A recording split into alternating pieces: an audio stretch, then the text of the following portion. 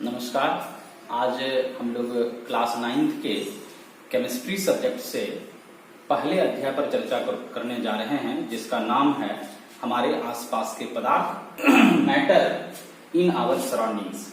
इससे पहले वीडियो में हम लोग चर्चा कर चुके हैं कि हमारे आसपास जो पदार्थ हैं उसके बारे में जानने के लिए हमारे पूर्वज प्राचीन काल से ही काफी उत्सुक थे और हम लोगों ने पदार्थों का भौतिक वर्गीकरण भी जाना था पिछले अध्याय में।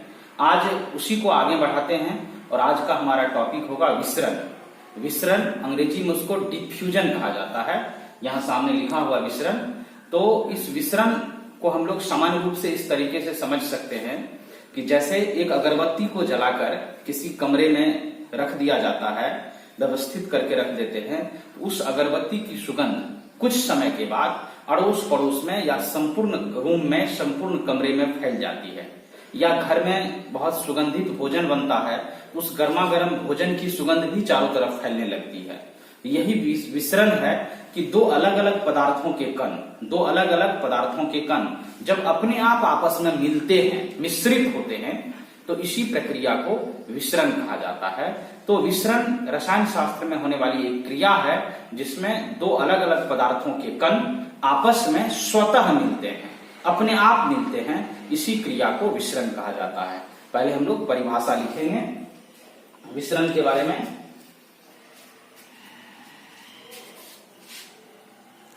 दो या दो से अधिक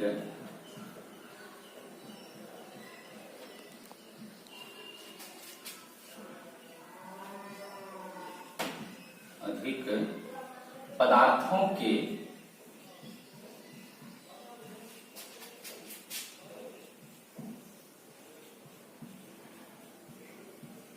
कणों का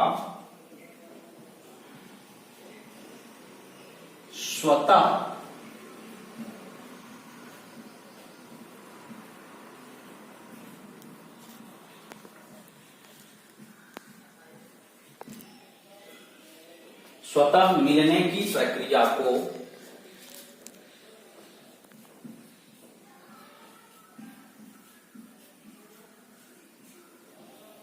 विसरण कहते हैं।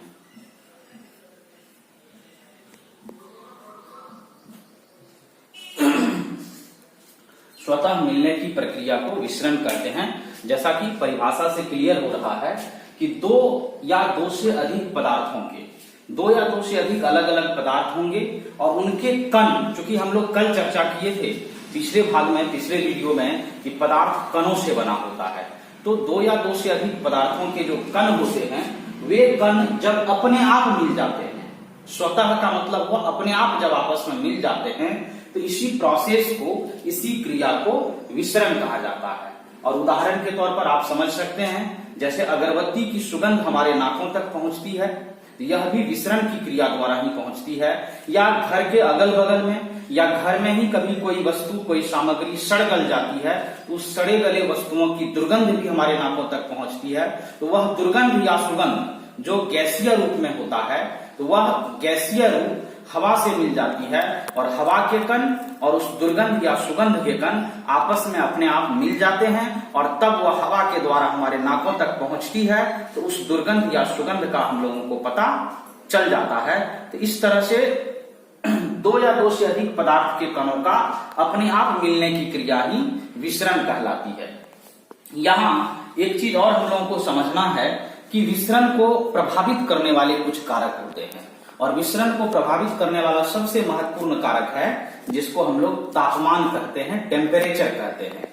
टेम्परेचर जो है वो विसरण को बहुत ज्यादा प्रभावित करता है, विसरण पर बहुत ज्यादा असर डालता है। और एक दूसरी बात है कि जो गैसीय पदार्थ होते हैं, गैस अवस्था वाले पदार्थ होते हैं, उनमें विसरण की क्रिया सबसे ज्यादा होती है, द्रव में उससे कम होती है और ठोस में सबसे कम होती है। तो विसरण से संबंधित जो कुछ महत्वपूर्ण बातें हैं उसको हम लोग यहां लिखेंगे।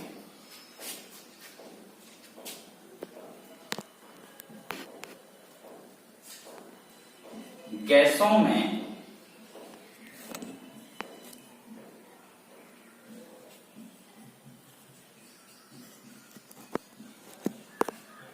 विसरण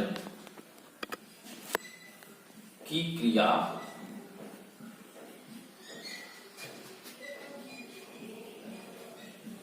सबसे अधिक होती है।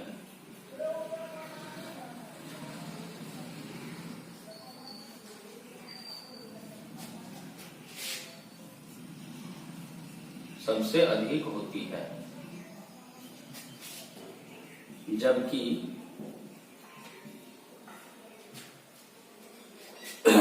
द्रव में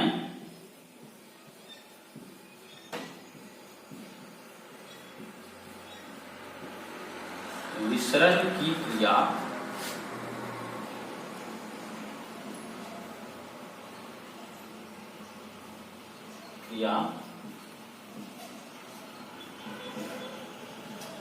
गैसों से कम होती है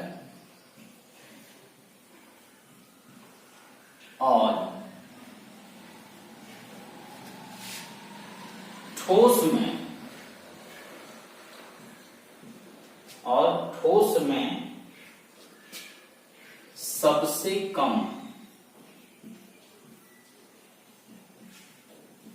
ठोस में सबसे कम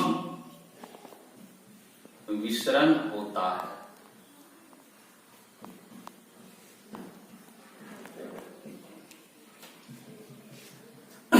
इसको समझना हम लोगों को कि जितने भी गैसीय पदार्थ होंगे तो उस गैसीय पदार्थों में विसरण की क्रिया सबसे ज्यादा होगी, क्योंकि गैस आसानी से वायु के साथ मिल जाता है और मिल करके वो हमारे पास या दूर दूर तक चले जाता है। इसलिए कहा जाता है कि गैसों में विसरण की क्रिया सबसे अधिक होती है, जबकि द्रव जो लिक्विड होता है उसमें विसरण की क्रिया गैसों से कम होती है और ठोस पदार्थों में तो विसरण सबसे कम होता है। यही विसरण को प्रभावित करने वाला या विसरण का एक गुण हो गया।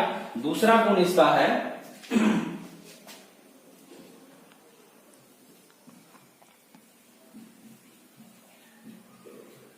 तापमान बढ़ने पर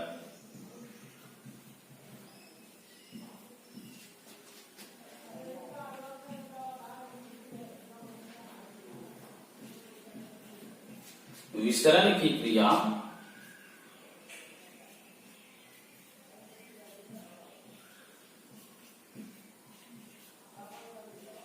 तेज हो जाती है।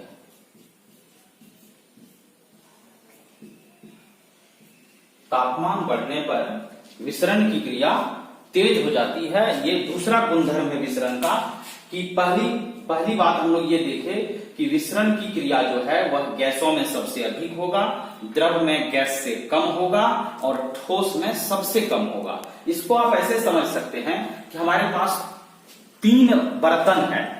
एक बर्तन में हम लोग क्या करते हैं, कोई गैस रख देते हैं या इत्र सुगंध को रख देते हैं खोल करके, और दूसरे बर्तन में हम लोग मिट्टी के तेल को रख देते हैं, किरोसिन को, और तीसरे बर्तन में हम लोग चीनी रख देते हैं, ठोस पदार्थ को।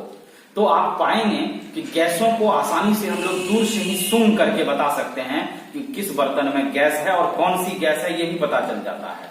जबकि द्रवों का पता लगाने के लिए उसके नजदीक जाना पड़ता है, और जो ठोस है, चीनी है या फिर लकड़ी है, मिट्टी है, उसकी सुगंध लेने के लिए उसके निकट जाना पड़ता है, क्योंकि वो ठोस पदार्थ है और ठोस पदार्थों में विसरण की क्रिया सबसे कम होगी, द्रव में ठोस से ज्यादा होगी और गैसों में विसरण की क्रिया सबसे अधिक होगी। ये हो गया विसरण को प्रभावित करने वाला कारक या विसरण के गुणधर्म। विसरण का दूसरा गुणधर्म हम लोग लिखे हैं कि जब हम लोग किसी पदार्थ के तापमान को बढ़ा देते हैं, टेम्परेचर को बढ़ा देते हैं, तो टेम्परेचर बढ़ने से, तापमान बढ़ने से विसरण की क्रिया तेज हो जाती है। आपने ध्यान दिया होगा जब आप अपनी एनसीईआरटी किताब पढ़ेंगे तो वहां एक प्रश्न, बड़ा ही रोचक प्रश्न दिया गया है किताब में कि गर्मा गर्म भोजन की सुगंध हम लोगों को दूर से ही मिल जाती है, लेकिन जब ठंडे भोजन की सुगंध लेनी रहती है तो उस भोजन के पास जाना पड़ता है। इसका कारण यह होता है कि जिस समय आपके घर में भोजन पक रहा होता है या भोजन तैयार होता है, गर्म भोजन रहती है, तो उस समय गैसीय अवस्था में उसके मसाले या अन्य सब जो सब्जियां हैं वो गैसीय अवस्था में कुछ बदल जाती है, और हम लोग जानते हैं कि गैसों का विसरण काफी तेजी से होता है, इसलिए गैसीय अवस्था में जब भोजन का कुछ भाग रहता है तो उसका हवा के साथ आराम से वो मिल जाता है और तेजी से विसरण के द्वारा वो हमारे नाकों तक पहुंच जाता है।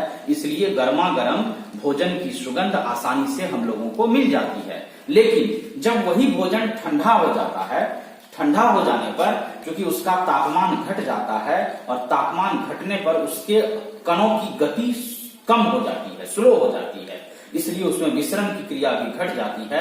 इसलिए ठंडे खाने की, अगर आपको ठंडे भोजन की सुगंध लेनी होगी तो उस भोजन के पास जाना पड़ेगा, जबकि गर्मा गर्म भोजन की सुगंध हम लोगों को दूर से ही मिल जाती है। तो उसका कारण यही है कि तापमान जैसे ही बढ़ता है तो विसरण की क्रिया भी तेज हो जाती है। तो ये था हम लोगों का विसरण और फिर विसरण से संबंधित दो महत्वपूर्ण गुणधर्म। अब आगे बढ़ते हैं हम लोग और आगे बात करेंगे पदार्थ की अवस्थाओं पर।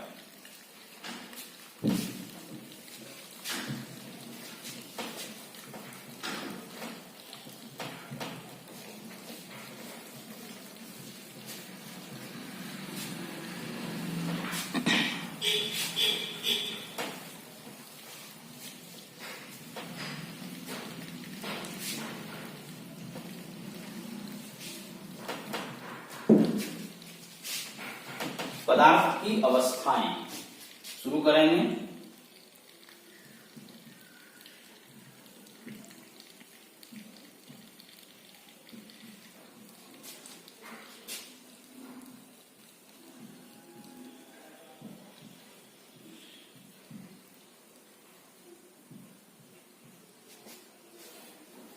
हम सभी निचले क्लास में भी पढ़ते आ रहे हैं कि पदार्थ हमारे प्रकृति में तीन अवस्थाओं में पाई जाती है। आपने नाम भी सुना होगा, ठोस, द्रव और गैस। और एक बहुत ही जरूरी बात है कि हम लोग 9th क्लास में पढ़ेंगे कि अब हाल में पदार्थ की दो और नई अवस्थाओं की खोज हुई है, जिसके बारे में अभी विस्तृत जानकारी नहीं मिली है, लेकिन वैज्ञानिकों ने यह पता लगा लिया है कि दो और अवस्थाएं हैं पदार्थ की, और जो चौथी अवस्था है उसका नाम प्लाज्मा रखा गया है, और जो पांचवी अवस्था है उसको बोस आइंस्टीन कंडेंसेट बीईसी के नाम से जाना जाता है। इस तरह से अब मोटा मोटी पदार्थ की 5 अवस्था की चर्चा होने लगी है, लेकिन मुख्य रूप से अभी तक में हम लोग जो चीज जानते आए हैं यहाँ चर्चा करेंगे पदार्थ के 3 अवस्थाओं के बारे में। और आपने तीनों अवस्थाओं का नाम भी सुना होगा, ठोस, द्रव, गैस। लिखते हैं उसको हम लोग। नंबर 1 ठोस, सॉलिड। नंबर 2 द्रव, लिक्विड। Number 3 gas.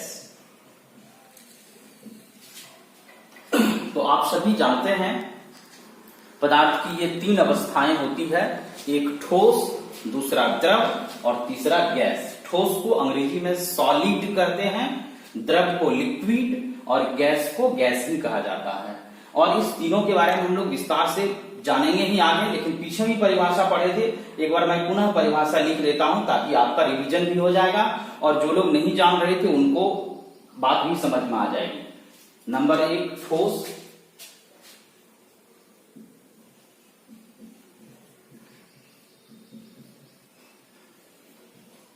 वैसा पदार्थ जिसका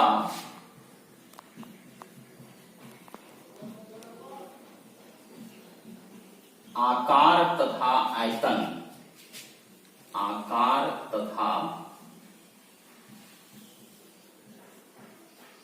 आयतन दोनों निश्चित होता है, दोनों निश्चित होते हैं, उसे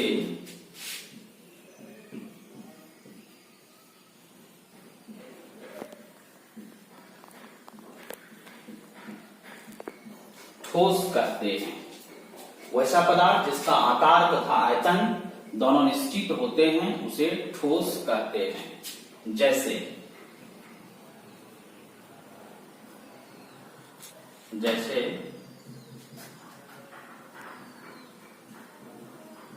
किताब, ईंट, लोहा,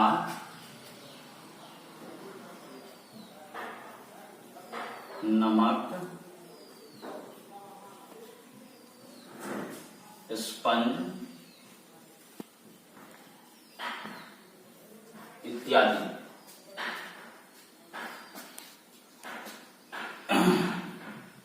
नंबर 2,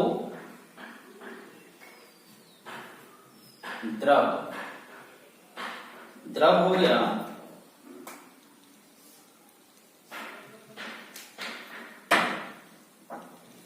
वैसा पदार्थ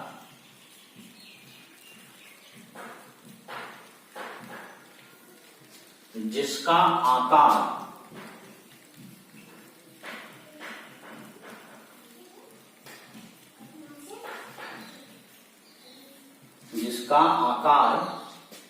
अनिश्चित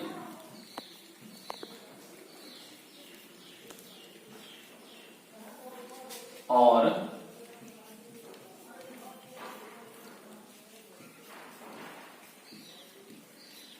आयतन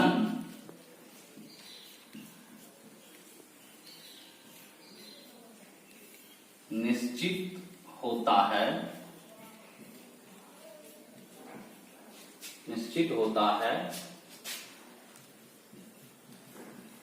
उसे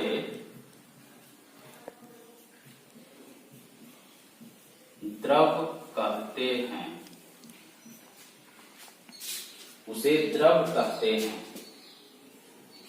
जैसे पानी, दूध,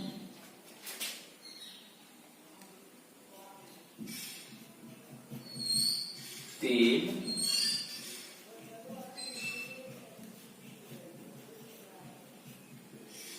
केरोसिन इत्यादि। आइए एक बार इसको समझ लेते हैं। पहले अभी हम लोग बात कर रहे थे पदार्थ की पहली अवस्था पर चर्चा किए, ठोस के बारे में, कि वैसा पदार्थ जिसका आकार और आयतन दोनों निश्चित होते हैं उसे ठोस कहते हैं। तो जितने भी ठोस पदार्थ होंगे उसका आकार भी निश्चित होगा और उसका आयतन भी निश्चित होगा। आकार का मतलब जैसे किताब है, ईंट है, लोहा है, नमक है, स्पंज है। तो जो किताब है या ईंट है, तो ईंट को आप कहीं भी ले जाएं, किसी भी रूप में रखें, हमेशा वो अपने निश्चित आकार में रहता है, अपना आकार नहीं बदलता है। और आयतन का मतलब जो जगह छेदता है, तो हमेशा ईंट को आप उल्टा रखें, सीधा रखें, खड़ा रखें, हमेशा वो समान जगह ही छेदता है प्रकृति में। इसलिए ये सभी ठोस के उदाहरण हो गए। अब यहाँ पर हम एक और चीज चर्चा कर रहे हैं कि 2 उदाहरण बड़ा इसमें इंटरेस्टेड हमने लिखा है, एक नमक और दूसरा स्पंज। ये दोनों ठोस है, लेकिन कभी कभी यह कंफ्यूजन उत्पन्न करता है कि आप बाजार से नमक खरीद कर लाते हैं तो वो थैला में रखता है। उस नमक को अगर किसी ने बोतल में या जार में, डब्बा में रख दिया, तो जिस डब्बा में रखते हैं नमक को, उसी डब्बा के आकार का हो जाता है। तब तो यहाँ कंफ्यूजन हो रहा है कि नमक का आकार बदल जाता है, लेकिन नहीं, नमक का आकार नहीं बदलता है। आप गौर से समझेंगे इस बात को कि नमक का जो एक छोटा सा कण है, टुकड़ा है, जिसको विज्ञान के भाषा में रवा कहते हैं, क्रिस्टल कहा जाता है, तो उस रवा या क्रिस्टल का आकार कभी नहीं बदलता है। आप नमक को बोतल में रखें, आप नमक को जार में रखें, आप नमक को कटोरा में रखें, नमक को गिलास में रखें, कभी भी उसके रवा या क्रिस्टल का आकार नहीं बदलता है। इसलिए नमक भी ठोस पदार्थ का उदाहरण है। यह जो स्पंज है, जो हम लोग गद्दा में, सोफा के रूप में प्रयोग करते हैं स्पंज का, इस स्पंज को जब आप दबाते होंगे तो इसका आकार बदलता है, लेकिन अपने आप यह आकार नहीं बदलता है। इसलिए स्पंज भी ठोस का उदाहरण है, क्योंकि स्पंज में महीन छिद्र होता है, बहुत छोटा छोटा छिद्र होता है। आप गौर किए होंगे, आपके साइकिल के सीट में भी लगा हुआ है, बाइक के सीट में लगा हुआ है, कार के सीट में, बस के सीट में स्पंज लगा होता है। उस स्पंज में महीन छिद्र होता है। जैसे हम उसको दबाते हैं तो उस छिद्र जो होता है, उस छिद्र में जो हवा भरी रहती है, वो हवा बाहर निकल जाती है, जिसके कारण स्पंज दब जाता है। फिर जैसे आप दाब हटा लेते हैं, बल को हटा लेते हैं, तो पुनः उस छिद्र में हवा भर जाती है और स्पंज फिर से पूर्व के रूप में आ जाता है। स्पंज अपने आप रूप नहीं बदलता है, जब हम लोग उस पर दबाव देते हैं, बल लगाते हैं, तब रूप बदलता है। इसलिए ये नमक और स्पंज भले दाब लगाने पर या बल लगाने पर रूप बदल लेता है, लेकिन अपने आप यह रूप नहीं बदलता है। इसलिए नमक या स्पंज जो है यह ठोस का उदाहरण है, इसमें कोई कंफ्यूजन नहीं रखना हम लोगों को, नमक स्पंज भी ठोस है। तो जितने भी ठोस होंगे उसका आकार भी निश्चित होगा और आयतन भी निश्चित होगा। अब दूसरी अवस्था है पदार्थ का द्रव। द्रव में क्या होगा, आकार अनिश्चित और आयतन निश्चित। ध्यान से इसको समझना है कि जितने भी द्रव होंगे उसका आकार अनिश्चित होगा और आयतन निश्चित होगा। कहने का मतलब कि आकार अनिश्चित, आकार बदलते जाएगा, जिस बर्तन में हम लोग रखेंगे उसी आकार का हो जाएगा, लेकिन आयतन हमेशा निश्चित रहेगा। इसको आप ऐसे समझ ले सकते हैं कि आप अपने पड़ोसी के यहाँ से दूध खरीदते हैं प्रतिदिन, और कल्पना कीजिए कि आप 1 लीटर दूध लाने जाते हैं। आप बोतल में जैसे दूध लेते हैं पड़ोसी के घर पर, तो वह दूध बोतल के आकार का हो जाता है। घर में ला करके उस दूध को सस्पेन में या डेक्ची में या अन्य किसी बर्तन में देते हैं, तो उसी आकार का, सस्पेन के आकार का दूध हो जाता है। फिर उस दूध को हम लोग गिलास में देते हैं तो गिलास के आकार का हो जाता है, लेकिन उस दूध का आयतन, वॉल्यूम जो है वो 1 लीटर ही रहता है। आप दूध को बोतल में लाइए, दूध को बाल्टी में लाइए, दूध को जग में लाइए, मग में लाइए, उसका आयतन हमेशा निश्चित रहेगा, केवल बर्तन बदलने पर उसका आकार चेंज करता है। तो जिस पदार्थ का आकार अनिश्चित होगा, आकार बदलते रहेगा, लेकिन आयतन निश्चित होगा, उसी पदार्थ को हम लोग द्रव कहते हैं। ये पानी, दूध, तेल, केरोसिन, ये सभी द्रव का उदाहरण है। अब एक तीसरी अवस्था बच गई, गैस।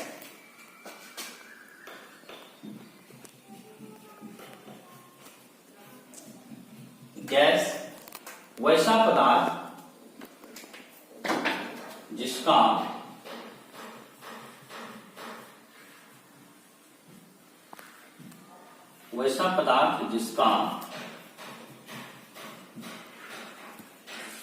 आकार तथा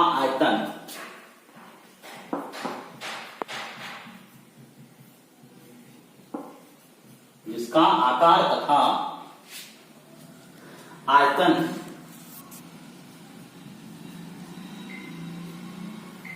दोनों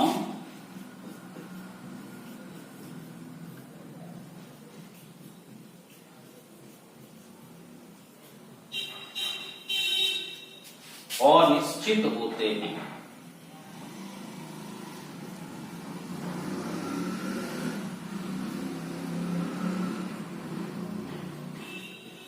उसे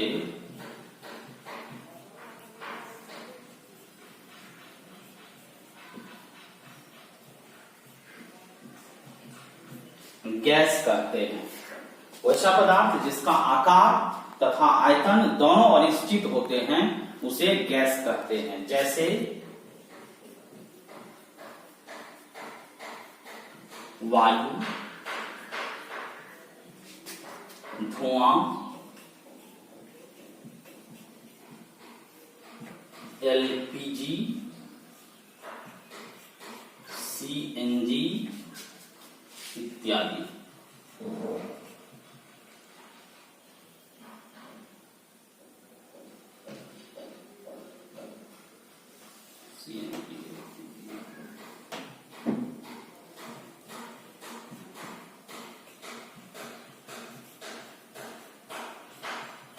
ऑक्सीजन गैस,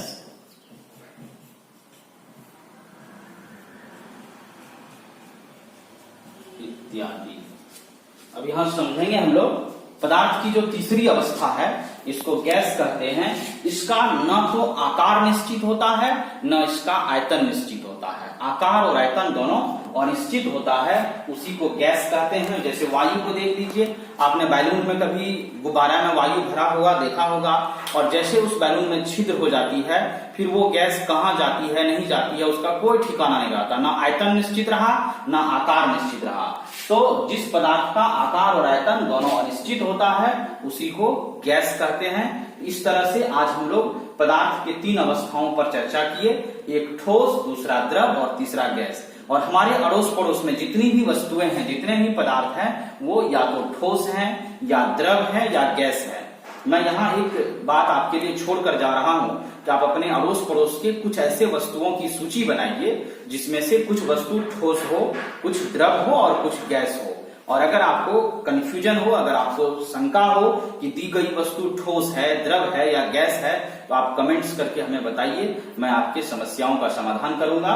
और एनसीईआरटी पाठ्य पुस्तक से पदार्थ की अवस्थाओं को पढ़िएगा, वहां कई अच्छे अच्छे उदाहरण दिए गए हैं पदार्थ की अवस्था के संबंध में। और अब हम लोग आज का क्लास यही समाप्त करते हैं, फिर अगले वीडियो में मिलेंगे। धन्यवाद।